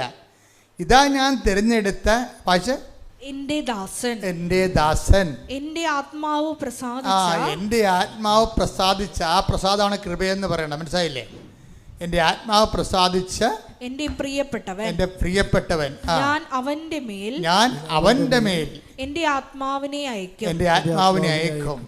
അടുത്ത വായിച്ച് അവൻ വിജാതിയരെ ന്യായവിധി അറിയിക്കും. അവൻ തർക്കിക്കുകയോ ബഹളം കൂട്ടുകയോ ഇല്ല. തെരുവീതികളിൽ അവന്റെ ശബ്ദം ആരും കേൾക്കുകയില്ല. ഇതാരാണ് വിഷയം? തെരുവീതികൾ അവന്റെ സ്വരം ആരും കേൾക്കത്തില്ലെന്ന് പറഞ്ഞാൽ എന്താണ്? അവനാണ് ദൈവം പാപത്തിന് പരിഹാരമായി നിശ്ചയിച്ച, പ്രതികരിക്കാത്ത. നമ്മളൊക്കെ ഒരു പനി വരുമ്പോഴും ഒരു ഉടമ്പടിയിൽ ഒരു ജപ്തി ഒരു വിസ പ്രോസസ് നടന്നില്ലെങ്കിൽ നമ്മൾ പ്രതികരിക്കും ഉടനെ. ഞാൻ ഉടമ്പടി എടുത്താണല്ല, എൻ്റെ പച്ചത്തിരി 2 കത്തിച്ചല്ല, നീലത്തിരി 3 കത്തിച്ചല്ല എന്ന് പറഞ്ഞ് ദൈവത്തിൻ്റെ അടുത്ത് കലഹത്തിന് ചെല്ലും. ഈ ദൈവത്തിൻ്റെ അടുത്ത് കലഹത്തിന് ചെല്ലുന്ന ആൾക്കാർ ഓർക്കുക, നിങ്ങളുടെ കാര്യത്തിൽ തീരുമാനമായിട്ടുണ്ട്. കാര്യം എന്താണ്? ദൈവം ഈ സാധനം അക്സെപ്റ്റ് ചെയ്യുന്നില്ല. അതാണ് വിഷയം. നമുക്കൊരിക്കലും അതാണ് അത് വായിച്ച് താഴേക്ക് വായിച്ച് നീതിയെ വിജയത്തിൽ അവൻ വിജാതിയരെ ന്യായവിധി അറിയിക്കും. അവൻ തർക്കിക്കുകയോ ബഹളം കൂട്ടുകയോ ഇല്ല. തെരുവീതികളിൽ അവന്റെ സ്വരം ആരും കേൾക്കുകയില്ല. ദൈവത്തിനെതിരെ മല്ലടിക്കത്തില്ലെന്ന്. അവര് ഒരു പനി വന്നാൽ ആ പനി 2 ദിവസം നിന്നാൽ, ഞാൻ ഉടമ്പടി എടുത്താണല്ല, ഞാൻ ഉപവസിച്ചതാണല്ല, ഞാൻ പത്രമെല്ലാം വീട്ടിൽ കൊടുത്തതാണല്ല എന്നും പറഞ്ഞ് തെരുവീതി വഴി നിന്ന് ആരും സംസാരിക്കത്തില്ലെന്ന്. തെരുവീതികളിൽ അവൻ ആരാണ്? ആള് കൈയടിക്കട്ടെ, ശ്രദ്ധിക്കട്ടെ, ഹല്ലേലൂയ. ഇതിൻ്റെ കൂടെ വായിക്കുന്ന ഐസയ 53:9 എന്താ പറയണത്? അവൻ ഒരു അതിക്രമവും ചെയ്തില്ല. കർത്താവിൻ്റെ ഏകരക്ഷകത്തിൻ്റെ രക്ഷകൻ്റെ യോഗ്യത എന്താണ്? കർത്താവ് തന്നെ ചോദിച്ചിട്ടുണ്ട്, നിങ്ങൾക്ക് ആർക്ക് എൻ്റെ മേൽ പാപം ആരോപിക്കാൻ കഴിയും? അതാണ് ഈ ഐസയ പറയണത്. എന്താണ്? അവൻ പറഞ്ഞ് അവൻ ഐസയ 53:9 അവൻ ഒരു അതിക്രമവും ചെയ്തില്ല. അവന്റെ വായിൽ നിന്ന് വഞ്ചന പുറപ്പെട്ടില്ല. എന്നിട്ടും ദുഷ്ടരുടെയും ധനികരുടെയും ഇടയിൽ അവൻ സംസ്കരിക്കപ്പെട്ടു. അവന്റെ ക്ഷതങ്ങൾ കാരണമെന്ന് അവന് ക്ഷതമേൽക്കണമെന്നത് കർത്താവിന്റെ ഹിതമായിരുന്നു. അവിടുന്നാണ് അവനെ ക്ലേശങ്ങൾക്ക് വിട്ടുകൊടുത്തത്. അടുത്ത വായിച്ച് പാപപരിഹാര ബലിയായി തന്നെ തന്നെ അർപ്പിക്കുമ്പോൾ അവൻ തന്റെ സന്തതി പരമ്പരയെ കാണുകയും ദീർഘായുസ് പ്രാപിക്കുകയും ചെയ്യും. അവൻ പാപപരിഹാര ബലിയായി യേശു തന്നെ അർപ്പിക്കുമ്പോഴേ യേശു കണ്ട് ദീർഘായുസ് പ്രാപിച്ച ആരെയാണ്? അവൻ്റെ നാമത്തെ വിശ്വസിച്ചുകൊണ്ട് പാപക്ഷമ സ്വീകരിക്കാൻ പോകുന്ന ചക്രവാളങ്ങൾ പോലെ നീണ്ട ദിഗന്ധങ്ങളും അതുപോലെ തന്നെ ദേശാന്തരങ്ങൾ കവിഞ്ഞ എല്ലാ തലമുറകളിലും ഉള്ളവരെ കർത്താവിൻ്റെ വിശുദ്ധമായ രക്തത്താൽ വീണ്ടെടുക്കപ്പെട്ട അവൻ്റെ നാമത്തിൽ യേശു എനിക്ക് പകരക്കാരനായി മരിച്ചവനാണ്. യേശുവിനും ദൈവത്തിനും എനിക്കും ഇടയിലുള്ള ഏകരക്ഷകനാണ് അവനെന്നും അവൻ്റെ നാമത്തിൽ വിശ്വസിക്കുന്നവർ അവൻ എൻ്റെ മേലുള്ള ശിക്ഷയാണ് അവൻ ഏറ്റെടുത്തുകൊണ്ട് എനിക്ക് രക്ഷ നൽകിയെന്ന് വിശ്വസിച്ചുകൊണ്ട് അങ്ങനെ യേശു രക്ഷിക്കപ്പെടുന്നൊരു ജനത്തെ കാണുമ്പോഴേ അവൻ കുരിശിൽ ദീർഘായുസ് പ്രാപിച്ചുകൊണ്ട് പറയുന്ന വാക്കാണ് ഇറ്റ് ഈസ് അക്കംപ്ലീറ്റ്, എല്ലാം പൂർത്തിയായെന്നാണ്. അവനാണ് ഏകരക്ഷകൻ. ഇനി അവൻ്റെ നാമത്തിൽ വിശ്വസിക്കുമ്പോൾ എന്ത് പറ്റും? അവർക്കെല്ലാം എന്ത് സംഭവിക്കും? കൃപയ്ക്ക് മേൽകൃപ ലഭിക്കും. ഏത് കൃപയാണ്? പിതാവിന് അവനോടുണ്ടായിരുന്ന പ്രസാദം. അത് ഏത് പ്രസാദമാണ്? മത്തായിയുടെ സുവിശേഷം 12:18 പ്രസാദം. ഒന്നിന് വായിച്ച് മത്തായി 12:18 വായിക്കുമ്പോൾ ഇതാ ഞാൻ തിരഞ്ഞെടുത്ത എൻ്റെ ദാസൻ എന്റെ ആത്മാവ് പ്രസാദിച്ച എന്റെ പ്രിയപ്പെട്ടവൻ ഞാൻ അവന്റെ മേൽ എന്റെ ആത്മാവിനെ അയക്കും. അവൻ്റെ മേൽ എൻ്റെ ആത്മാവിനെ അയക്കുമെന്ന് പറയണത് ആ കർത്താവിൻ്റെ ഏറ്റവും പിതാവായ ദൈവത്തിൻ്റെ ഏറ്റവും വലിയ പ്രസാദമാണ് യേശുവിനുള്ളത്. ആ യേശുവിൻ്റെ പ്രസാദം എന്ന് പറഞ്ഞാൽ എന്താണ്? പരിശുദ്ധാത്മാവ് തന്നെയാണ്. അതാ നമ്മൾ യേശുവിൻ്റെ ആത്മാവെന്ന് വിളിക്കല്ലേ. യേശുവിൻ്റെ ആത്മാവെന്ന് പറഞ്ഞാൽ എന്താണ്? ഈ പരിശുദ്ധാത്മാവ് അതിൻ്റെ കംപ്ലീറ്റ്നെസ്സിൽ, ഇപ്പം നമുക്കറിയാം കറണ്ട് ഒരു സ്വർണത്തിലൂടെ കടത്തിവിടാം, കറണ്ട് ഒരു അലൂമിനിയം കമ്പിലൂടെ കടത്തിവിടാം, കറണ്ട് ഒരു ചെമ്പ് കമ്പിലൂടെ കടത്തിവിടാം. ഇതിൻ്റെ പ്രസരണ നഷ്ടം ഉണ്ടാകുന്നത് എവിടെയാണ്? സ്വർണത്തിന് പ്രസരണ നഷ്ടം ഉണ്ടാകും. ഇപ്പം നമ്മൾ 10 വോൾട്ട് കടത്തിവിട്ടാൽ ചെമ്പ് കമ്പി അലൂമിനിയം കമ്പിലൂടെ കടത്തിവിട്ടാൽ നമുക്ക് അപ്പുറത്ത് ചെല്ലുമ്പോൾ അത് 60 മാറും. കാര്യം എന്താ? അലൂമിനിയം കറണ്ട് കുടിക്കും. അതാ വിഷയം വേണ്ടത്. പക്ഷേ ചെമ്പ് കമ്പിയാണെങ്കിൽ നല്ല ചാലകശേഷി ഉള്ളതാണ്. ഒരു 90% കറണ്ടും അപ്പുറത്തെത്തും. അപ്പോൾ ഇപ്പോഴെന്താ പ്രശ്നം? പരിശുദ്ധാത്മാവിൻ്റെ പവറ്, അതാണ് അവൻ്റെ പരിശുദ്ധാത്മാവിനൊരു പൂർണ്ണതയുണ്ട്. അത് പൂർണ്ണമായിട്ട് പ്രവർത്തിച്ച ആരിലൂടെയാണ്? ക്രിസ്തുവിലൂടെയാണ്. ക്രിസ്തുവിലൂടെയാണ് പരിശുദ്ധാത്മാവിൻ്റെ മുഴുവൻ കംപ്ലീറ്റ് ഔട്ട്പുട്ട്. പരിശുദ്ധാത്മാവിൻ്റെ ഔട്ട്പുട്ട് 100 ആണെങ്കിൽ ആ 100 റിസൾട്ട് കിട്ടുന്നത് ആരിലൂടെയാണ്? ക്രിസ്തുവിൽ പ്രവർത്തിക്കുമ്പോഴാണ്. ശ്രുതികട്ടെ ഹല്ലേലൂയ.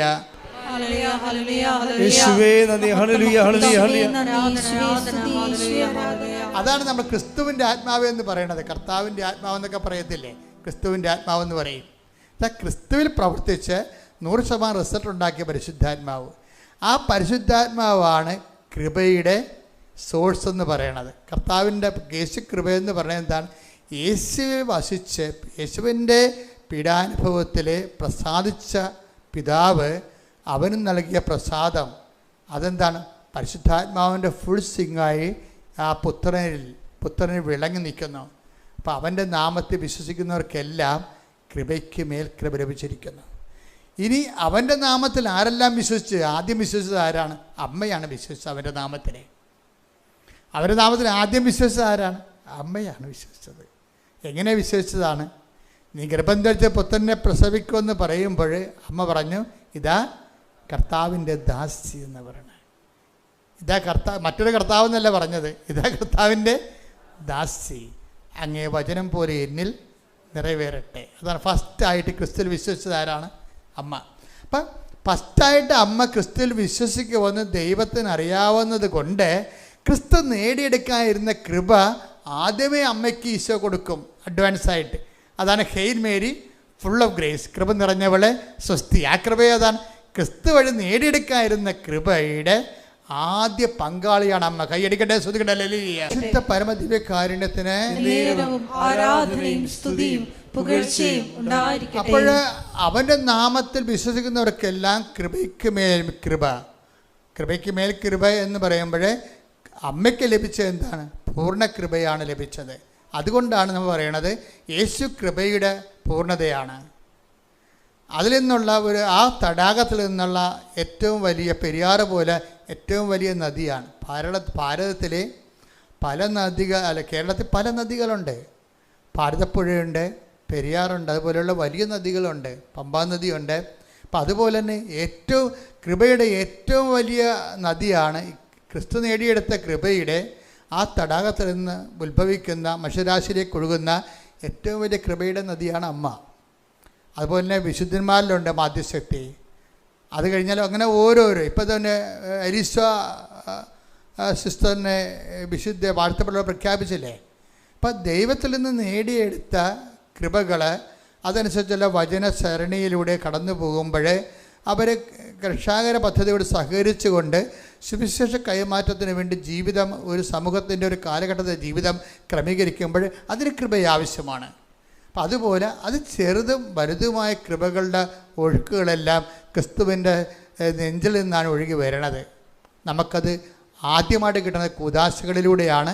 പിന്നീട് നമുക്ക് ലഭിക്കുന്നത് ക്രിസ്തുവിൻ്റെ വചനം നിറവേറ്റുന്നതിലൂടെയാണ്. അടിസ്ഥാന കൃപയും ആർജിത കൃപയും ഉണ്ട്.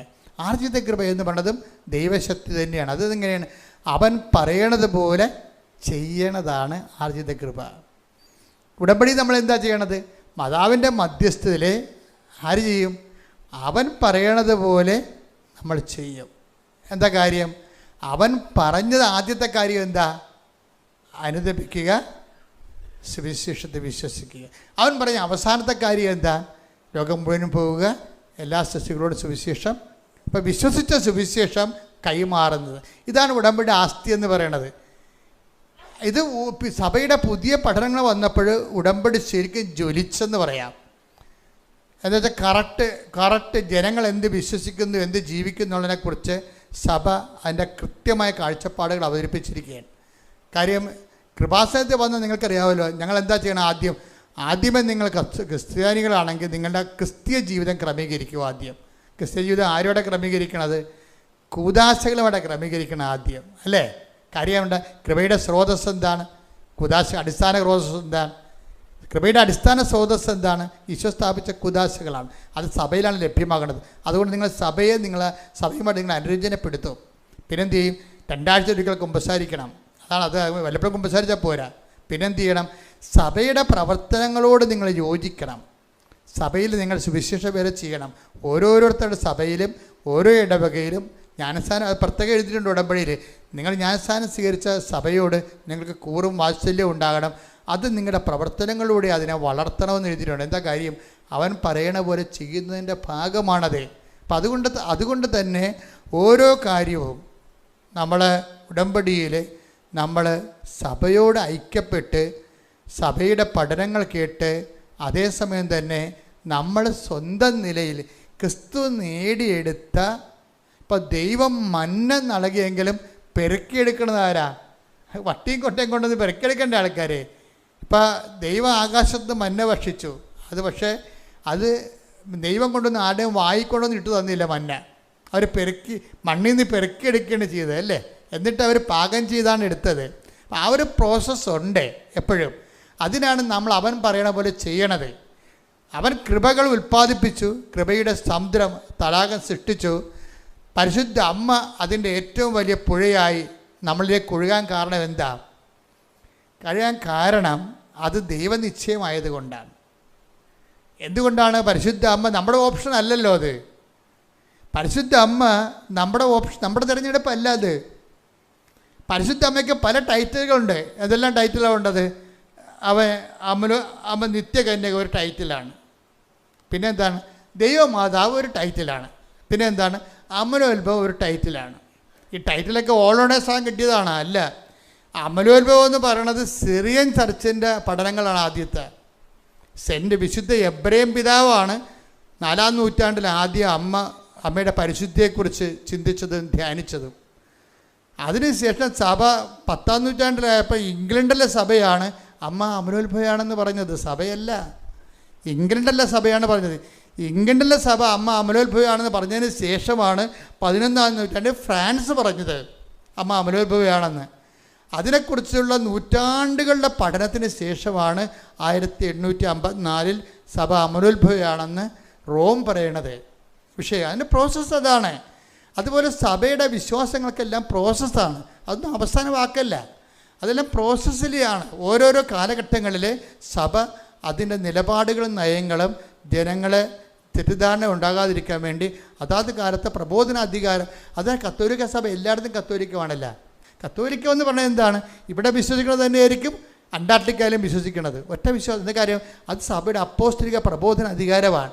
എന്താണ്? അങ്ങനെ ഒരു സഭ മാത്രമേ ദൈവം സൃഷ്ടിച്ചിട്ടുള്ളൂ. അതിന് തിരുസഭയെന്നാണ് പറയണത്. അതിനെ ഹോളി ചർച്ച് എന്ന് പറയണ കാര്യം ദൈവത്തിൻ്റെ അപ്പോസ്തലിക പാരമ്പര്യത്തിൽ.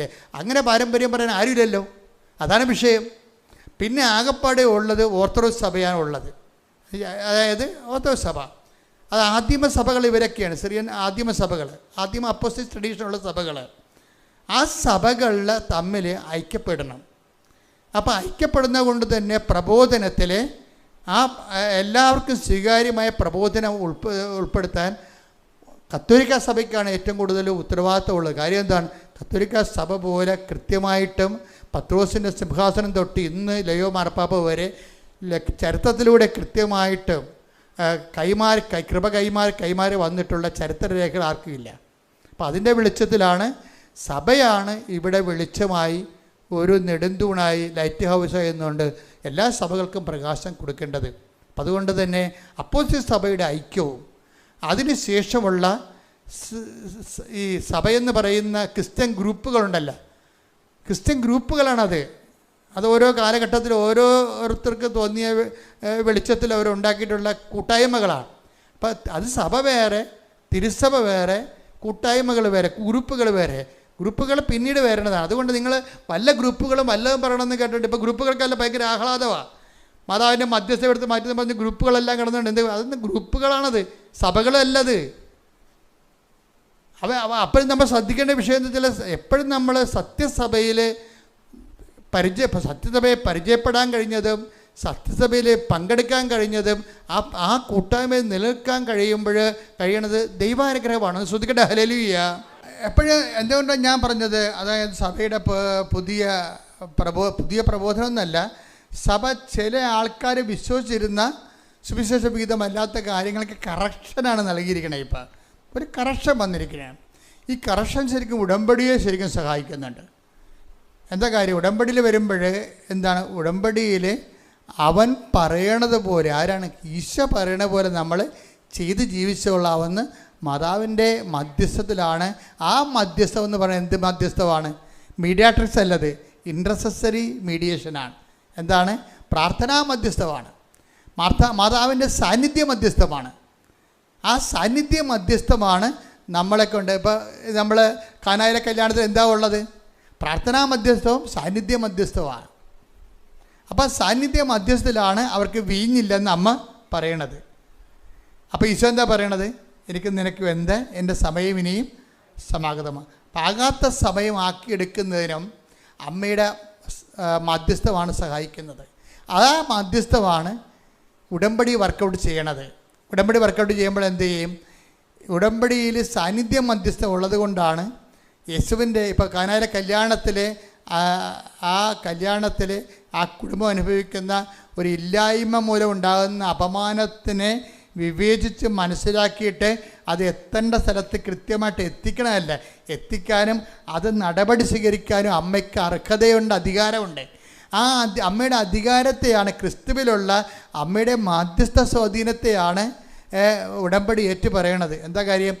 അവൻ പറയണത് പോലെ ചെയ്യാൻ. അപ്പം നിങ്ങൾ ഒരു കാര്യം ജീവിതത്തിൽ പ്രതിസന്ധി വന്നിട്ട് മുന്നോട്ട് പോകാൻ പറ്റുന്നില്ലെങ്കിൽ സുവിശേഷ വിഹിതമായി ജീവിതം ക്രമീകരിച്ചാൽ മാതാവ് നിങ്ങൾക്ക് വേണ്ടി മധ്യസ്ഥം വഹിക്കുമെന്നാണ് ഉടമ്പടി പ്രഖ്യാപിക്കുന്നത്. കൈയടിച്ച് ശ്രദ്ധിക്കട്ടെ. Hallelujah.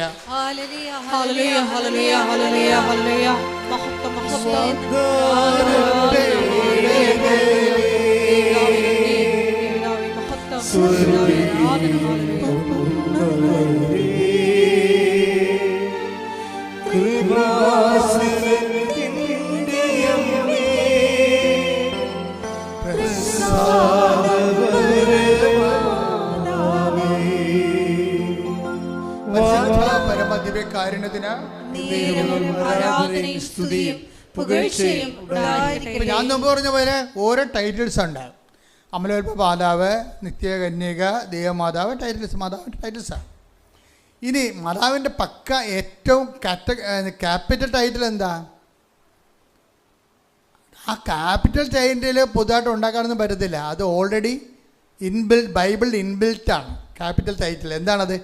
The mother of Jesus. കൈയടിക്കട്ടെ, ശ്രദ്ധിക്കട്ടെ. ഹല്ലേലൂയ. ആ ടൈറ്റിൽ നേരിട്ട് ആർക്കും തൊടാൻ പറ്റത്തില്ല. എന്താ കാര്യം? അത് ഇൻബിൽറ്റാണ്, ബൈബിളിൻ്റെ അസ്ഥിവാരത്തിൻ്റെ ഭാഗമാണ്. യേശുവിൻ്റെ അമ്മയും അവിടെ, മറിയം അവിടെ ഉണ്ടായിരുന്നെന്നല്ല പറയണത്, യേശുവിൻ്റെ അമ്മയും അവിടെ ഉണ്ടായിരുന്നു. അപ്പോൾ യേശുവിൻ്റെ അമ്മയെന്ന് പറയുമ്പോൾ നിങ്ങൾക്ക് എല്ലാം അണ്ടർസ്റ്റുഡാണ്. എന്നിട്ട് എന്താ ചെയ്തിരിക്കണ അവസാനം? യേശുവിൻ്റെ അമ്മ തൻ്റെ രക്ഷാകര സംഭവത്തിൽ തനിക്ക് ആശ്വാസവും ശക്തിയും പകർന്നുകൊണ്ട് തൻ്റെ കൂടെ തന്നെ ഈ കുരിശ് വരെ, പുൽക്കൂട് തൊട്ട് മംഗളവാർത്ത തൊട്ട് കുരിശാരോഹണം വരെ തൻ്റെ കരം വഹിച്ചുകൊണ്ട് ദേവപിതാവിൻ്റെ ഇഷ്ടം നിറവേറ്റാൻ മനുഷ്യരാശിയുടെ രക്ഷയ്ക്ക് വേണ്ടി കൂടെ നടന്ന പരിശുദ്ധ അമ്മ. ഈ പരിശുദ്ധ അമ്മയാണ് ശരിക്കും പറഞ്ഞാൽ, ആ അമ്മയാണ് ദൈവം അവസാനം ഈശോ ലാസ്റ്റ് ഗിഫ്റ്റായിട്ട് നമുക്ക് തരണത്, ഇല്ലേ? എന്താ കാര്യം? യേശുവിൻ്റെ അമ്മയാണ് ദൈവഹിതം നിറവേറ്റിക്കൊണ്ട് യേശുവിൽ രക്ഷാകര കൃത്യത്തിന് വേണ്ടി ദൈവം തിരഞ്ഞെടുത്ത യേശുവിൻ്റെ അമ്മയാണ്. അപ്പോൾ അമ്മയ്ക്ക് വേറെ ടൈറ്റിലിൻ്റെ ആവശ്യമെന്ന് പറയുന്നത് കാലഘട്ടങ്ങളിലൂടെ വന്ന ആശയവിവാദങ്ങൾക്ക് സഭയെടുത്ത നിലപാടുകളിലൂടെ വന്ന ടൈറ്റിലുകളാണ്. അതിൻ്റെ അടിസ്ഥാനപരമായ ടൈറ്റിൽ എന്ന് പറയുന്നത് മദർ ഓഫ് ജീസസ് ആണ്. ഈ മദർ ഓഫ് ജീസസ് ആണ് കൃപാസനത്തിലെ അമ്മയെന്ന് പറയണത്. എന്താ കാര്യം? അത് കാനായിലെ കല്യാണ കുടുംബത്തിലുണ്ടായിരുന്ന അമ്മയാണ്. ആ അമ്മ തന്നെയാണ് കുരിശിൻ്റെ ചുവട്ടിലെ അമ്മ. എന്താണ്? ഇതാ നിൻ്റെ അമ്മ. യേശുവിൻ്റെ അമ്മയാണ് യേശു നമ്മൾക്ക് നൽകിയത്. എപ്പോഴാണ് നൽകണത്? യേശു പിതാവിൻ്റെ അടുക്കിലേക്ക് പോകുന്നതിന് ഒരു 2 സെക്കൻഡ് മുമ്പാണ് ഈ അമ്മയെ പ്രഖ്യാപിക്കുന്നത്. എന്താണ്? ഞാൻ പിതാവിൻ്റെ അടുക്കിലേക്ക് പോവുകയാണ്, നിങ്ങളും എൻ്റെ കൂടെ വരും. അതിന് നിത്യതയ്ക്ക് വേണ്ടി, നിങ്ങളുടെ ജീവിതം ക്രമീകരിക്കാൻ വേണ്ടി എന്നെ ഈ ദൈവത്തിൻ്റെ ഹിതം നിറവേറ്റിക്കൊണ്ട് ഇവിടം വരെ എത്തി എൻ്റെ സഹയാത്രികയായ സഞ്ചാരി മാതാവിനെ ഞാൻ നിങ്ങൾക്ക് തരുന്നു. Behold your mother. ഇതാ നിൻ്റെ അമ്മ. ഈ അമ്മ ഈശോ ഏൽപ്പിച്ചു തന്ന അമ്മയാണ് കൃപാസന മാതാവ്. ഈ അമ്മയാണ് ഉടമ്പടിയുടെ മധ്യസ്ഥ. ഈ അമ്മയാണ് ഉടമ്പടി അവൻ പറയണ പോലെ ചെയ്തുകൊണ്ട് ജീവിക്കാൻ വേണ്ടി നമ്മളെ പ്രേരിപ്പിക്കുകയും പ്രോത്സാഹിപ്പിക്കുകയും നമ്മളെ സുവിശേഷ സാക്ഷിയാക്കുകയും ഒടുവിൽ നിത്യതയിൽ നമ്മൾക്ക് എത്തിച്ചേരുന്നതിന് വേണ്ടി പരിശുദ്ധ മറിയ തമ്പുരാൻ്റെ അമ്മയെ ഇപ്പോഴും ഞങ്ങളുടെ മരണസമയത്തും തമ്പുരാനോട് അപേക്ഷിക്കുന്ന അമ്മ. കയ്യടിക്കട്ടെ, ശ്രുതിക്കട്ടെ. ഹല്ലേലൂയ.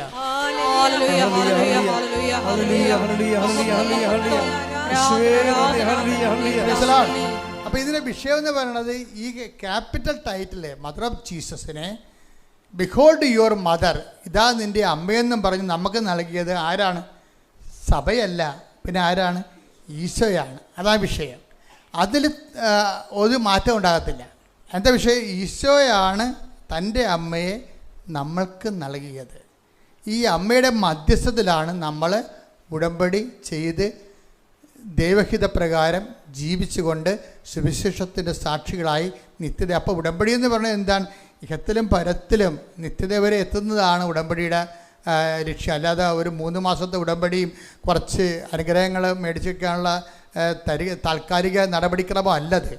അപ്പം അതുകൊണ്ട് തന്നെയാണ് ദൈവം ഇതിനെ അംഗീകരിച്ചിട്ട് ഇത്രയും അടയാളം കാണിച്ചിട്ട് ഈ കാലഘട്ടത്തിൻ്റെ ആശ്വാസ കേന്ദ്രമായി കൃപാസന ശുശ്രൂഷ ദൈവം ഉയർത്തുന്നതിൻ്റെ പ്രധാനപ്പെട്ട കാര്യം അതാണ്. പ്രാർത്ഥിക്കുക. കർത്താവായ ദൈവമേ, ആന്തരിക അർത്ഥത്തിലെ ആധ്യാത്മികത ആവഹിക്കുന്നതിനും അനുവർത്തിക്കുന്നതിനും ക്രിസ്തുവിന്റെ ആധ്യാത്മികത ശുദ്ധ അമ്മയിലൂടെ അനുകരിക്കുന്നതിന് എന്നെ ശക്തമാക്കുന്നതിന് എനിക്കെല്ലാം ചെയ്യാൻ എന്നെ പ്രാപ്തമാക്കുന്നതിന് ഞാൻ നന്ദി പറയുന്ന നന്ദി, ആരാധന. അതായത് ഈ എല്ലാ കാലങ്ങളിലും ഉണ്ടായിരുന്ന ഒരു പ്രശ്നമാണ്, നമ്മൾ മനുഷ്യന്മാരായത് കാരണം മാനുഷികമായ കാര്യങ്ങളിലേക്ക് ദൈവിക പദ്ധതിയെ മനസ്സിലാകാതിരിക്കുകയും അതിനെ അട്ടിമറിക്കാൻ ശ്രമിക്കുകയും ചെയ്യുന്നത്. ഇപ്പം നിങ്ങൾ പല സ്ഥലങ്ങളിൽ നിന്നും പല വിശ്വാസങ്ങളിൽ നിന്ന് വരുന്ന ആൾക്കാരാണ്. അപ്പം നിങ്ങൾ അനുഗ്രഹം കിട്ടുമെങ്കിൽ അതുപോലൊരു ദേവനാണ്, ദേവിയാണ് യേശു, അല്ലെങ്കിൽ അതുപോലെ ഒരു ആളാണ് യേശു എന്ന രീതിയിലേക്ക് നിങ്ങൾ യേശുവിനെ മിനിമൈസ് ചെയ്യും. യേശു അങ്ങനെ മിനിമൈസ് ചെയ്യാൻ പറ്റത്തില്ല. എന്താ കാര്യം? അവൻ്റെ നടപടിയെന്ന് പറയണത് മനുഷ്യരാശിയുടെ പാപത്തിനാണ്, മനുഷ്യരാശിയാണ്. ഈ ലോകത്തുള്ള മുഴുവൻ എക്കാലങ്ങളിലുള്ള മനുഷ്യരാശിയുടെ മുഴുവൻ പാപത്തിന് പരിഹാരമായി ദൈവത്താൽ നിയമിതനായവനാണ്. ദൈവത്തിൻ്റെ പദ്ധതികളോട് അവൻ നിശബ്ദമായി സർവ്വസമർപ്പണത്തോട് സഹകരിച്ചത് കൊണ്ടാണ് ദൈവം അവൻ്റെ മേലെ ശിക്ഷ നമുക്ക് രക്ഷയായത്. അതുകൊണ്ട് തന്നെ അവന് ദൈവത്തിന് പൂർണ്ണ പ്രസാദം കൊടുത്തത്. അതുകൊണ്ട് അവനാണ് പൂർണ്ണ പ്രസാദങ്ങളുടെ മധ്യസ്ഥനെന്ന് പറയണത്. ആ സ്ഥാനം ആർക്കുമില്ല. കാര്യം എന്താ? അവനാണ് പാപത്തിന് പരിഹാരം ചെയ്തിട്ട് പിതാവിൻ്റെ മനസ്സിനെ പ്രസാദിപ്പിച്ചുകൊണ്ട് പിതാവാണ് അവന് പൂർണ്ണ പ്രസാദം കൊടുത്തിരിക്കുന്നത്. ആ രക്ഷാകരം നടപടിക്രമം. കാര്യം അവൻ ഒരേ സമയം ദൈവമാണ്, ഒരേ സമയം തന്നെ മനുഷ്യനുമാണ്. അതുകൊണ്ട് അവൻ ദൈവത്തിന് ഇടയിലും മനുഷ്യനും ഇടയിലുള്ള ഏക മധ്യസ്ഥനുമാണ്. കയ്യടിക്കട്ടെ. എക്കാലങ്ങളിലും യേശുവിനെ സാധാരണ മനുഷ്യൻ്റെ കപ്പ കഞ്ഞി വീട് ജോലി വിവാഹം എന്നുള്ള കൊച്ചു കാര്യങ്ങളുടെ തമ്പുരാനാക്കി മാറ്റാൻ വേണ്ടി വളരെ സാധാന്യമായ ഒരു ബലപ്രയോഗം നടത്തിയിട്ടുണ്ട്. നമ്മൾ അറിഞ്ഞോ അറിയാതെയൊക്കെ അതിന് അടിപ്പെട്ട് പോയിട്ടുണ്ട്. ക്രിസ്തു അത് പലപ്പോഴും തിരുത്തിയിട്ടുമുണ്ട്. എന്താ കാര്യം? ഒരു മനുഷ്യൻ വന്ന് കർത്താവിനോട് പറഞ്ഞില്ലേ, എന്ത് പറഞ്ഞ്? പിതൃസ്വത്ത് ഞാനുമായിട്ട് ഭാഗിക്കാൻ നീ എൻ്റെ ജ്യേഷ്ഠനോട് പറയണം. Take the word of God. ശ്രുതിക്കട്ടെ ഹല്ലേലൂയ. ഹല്ലേലൂയ ഹല്ലേലൂയ ഹല്ലേലൂയ ഹല്ലേലൂയ. യേശുവേ നന്ദി. ഹല്ലേലൂയ. ലൂക്ക 12:13. ഇത് വളരെ ശ്രദ്ധിക്കേണ്ട ഒരു വചനമാണ്. ലൂക്ക 12:13. ജനക്കൂട്ടത്തിൽ നിന്ന് ഒരുവൻ അവനോട് പറഞ്ഞു ഗുരു പിതൃസ്വത്ത് ഞാനുമായി പങ്കുവയ്ക്കാൻ എന്റെ സഹോദരനോട് കൽപ്പിക്കണമേ. അപ്പൊ ഈശോ എന്താ പറഞ്ഞത്? യേശു അവനോട് ചോദിച്ചു. അവിടെ യേശു ഇങ്ങനെയുള്ള കുടുംബ പ്രശ്നങ്ങൾക്ക് മധ്യസ്ഥാകുന്നില്ല. അതല്ല യേശുവിന്റെ ദൗത്യം. അതാണ് വിശേഷം. എന്താ പറയണത്?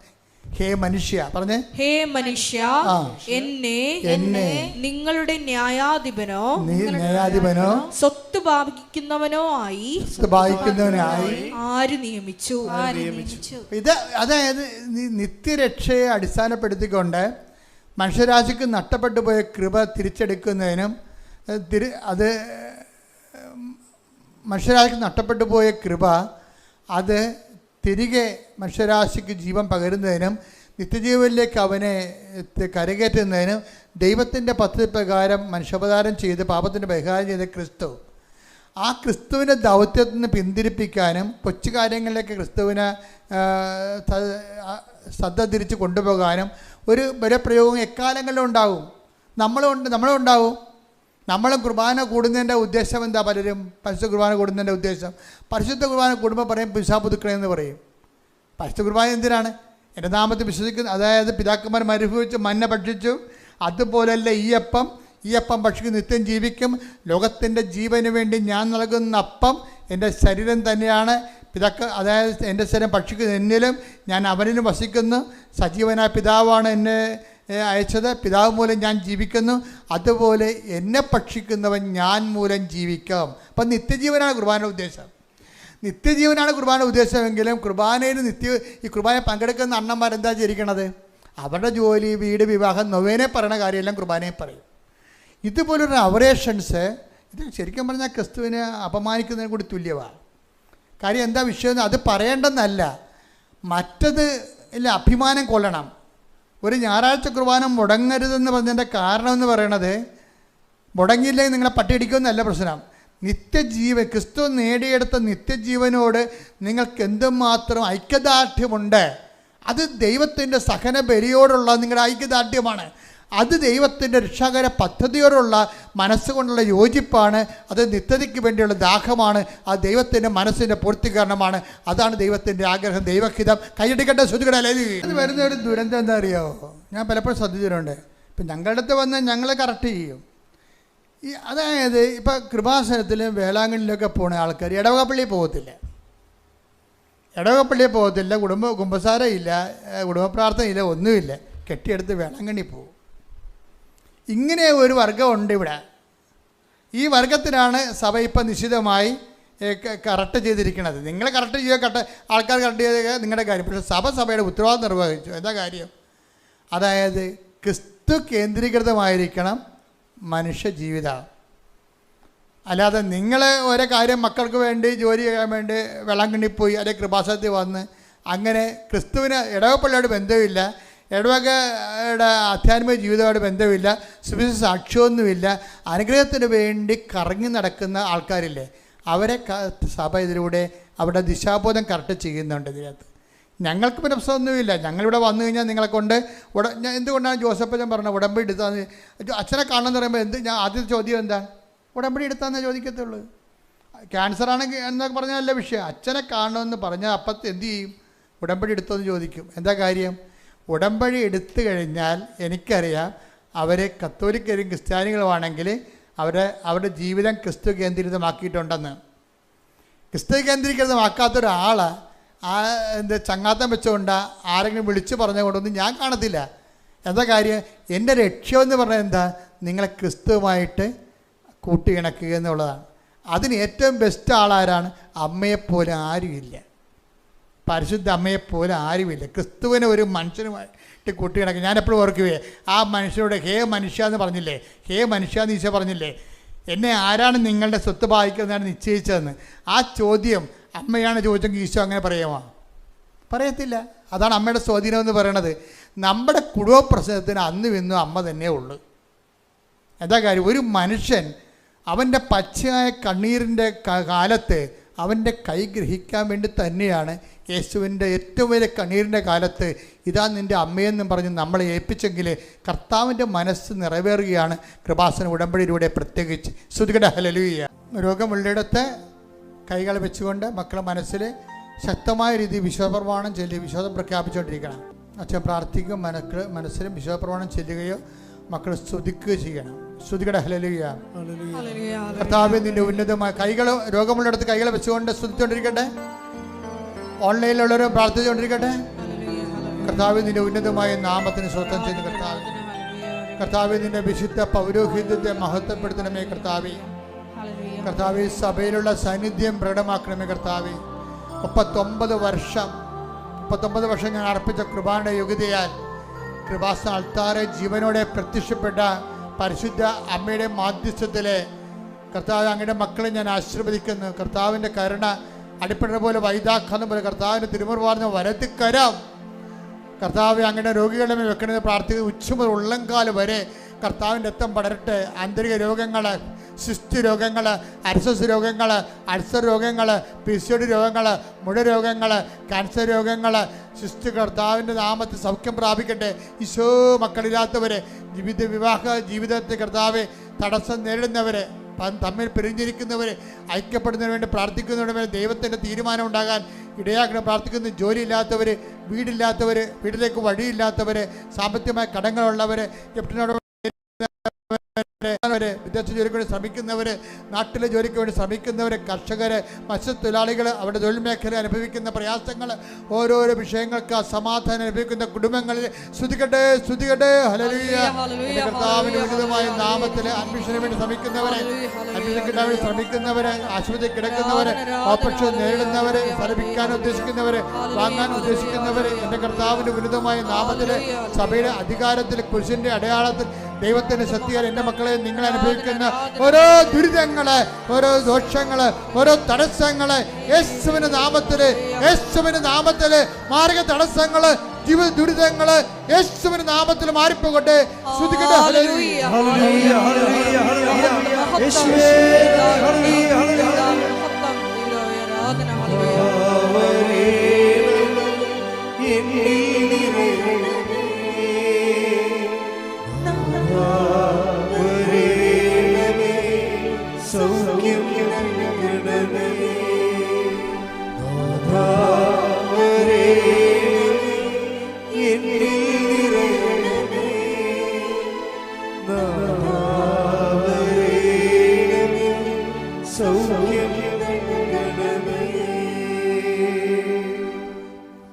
എല്ലാവരും മുട്ട നിൽക്കുക.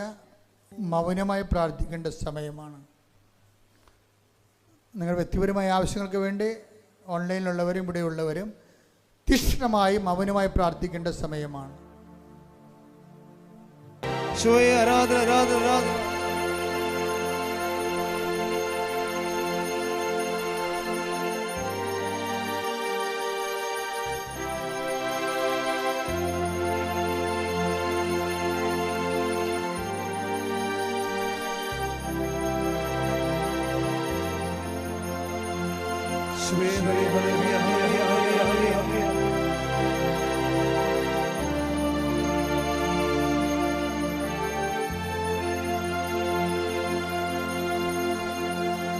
പരിശുദ്ധ പരമ ദിവ്യ